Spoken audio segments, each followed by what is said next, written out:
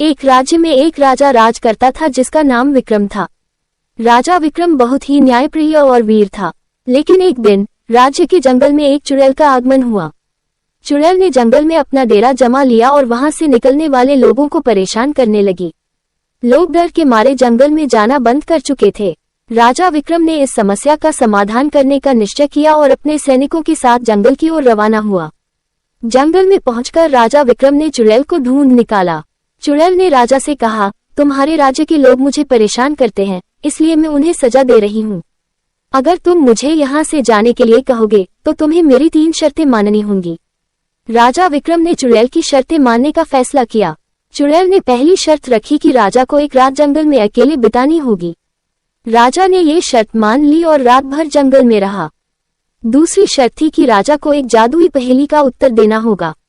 राजा ने अपनी बुद्धिमानी से पहेली का सही उत्तर दिया। अब चुड़ैल ने तीसरी और अंतिम शर्त रखी कि राजा को उसे एक ऐसा काम करना होगा जिससे वह खुश हो जाए।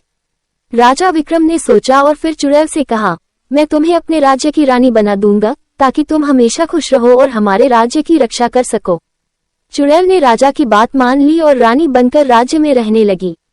उसके बाद राज्य में कभी भी कोई अजीब घटना नहीं घटी और सभी लोग खुशहाल रहे। राजा विक्रम और चुड़ैल के बीच समझौता होने के बाद राज्य में शांति लौट आई थी। लेकिन कुछ समय बाद राज्य में एक और अजीब घटना घटी। राज्य के महल में एक रहस्यमयी दरवाजा पाया गया जो अचानक ही प्रकट हुआ था। इस दरवाजे के बारे में किसी को कुछ भी पता नहीं था। राजा विक्रम ने चुड़ैल से इस रहस्यमयी दरवाजे के बारे में पूछा। चुड़ैल ने कहा, ये दरवाजा एक प्राचीन रहस्य को छुपाए हुए है। इसे खोलने के लिए तुम्हें 3 कठिन परीक्षाओं से गुजरना होगा। राजा विक्रम ने हिम्मत जुटाई और दरवाजा खोलने का फैसला किया।